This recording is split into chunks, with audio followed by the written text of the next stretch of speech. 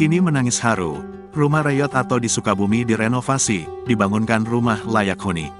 Haru bercampur kesedihan menyelimuti pria bernama Ato di Sukabumi.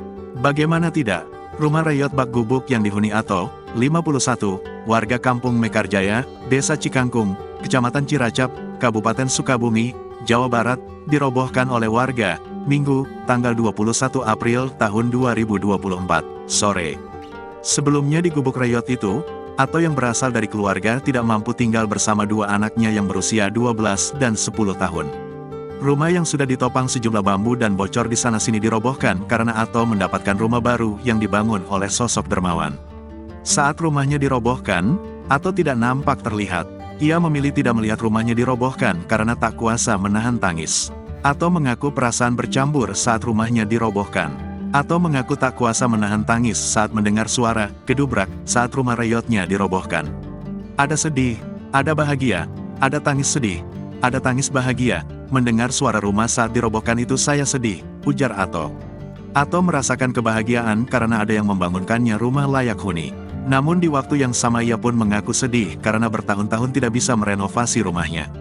Keinginan bangun rumah sudah lama, tapi enggak kebikin karena tidak mampu. Saya huni rumah itu ada 15 tahunan, dulu dihuni sama istri tinggalnya, sampai istri ninggalin saya. Sekarang saya adanya rumah baru ini bahagia. Paling bahagia, saya banyak terima kasih sama Pak Isep, sama kawan-kawan, karyawan, yang bikin rumah, tetangga, yang mendukung, semuanya, kata Ato yang tak kuasa menahan tangis. Diketahui, rumah Ato dibedah bukan oleh pemerintah, namun oleh seorang dermawan. Dia adalah Isep Dadang Sukmana, yang merupakan seorang pemilik hotel di Jampang Kulon. Isep pun nampak ikut merubuhkan rumah Ato yang reot. Isep mengatakan ia tergerak membangunkan sebuah hunian layak untuk Ato setelah melihat video viral yang menunjukkan kondisi Ato dan kedua anaknya yang harus menghuni rumah bak gubuk. Isep pun mengaku sebelum melihat video viral, ia memiliki rencana lain yaitu menggelar kerja bakti bersih-bersih pantai.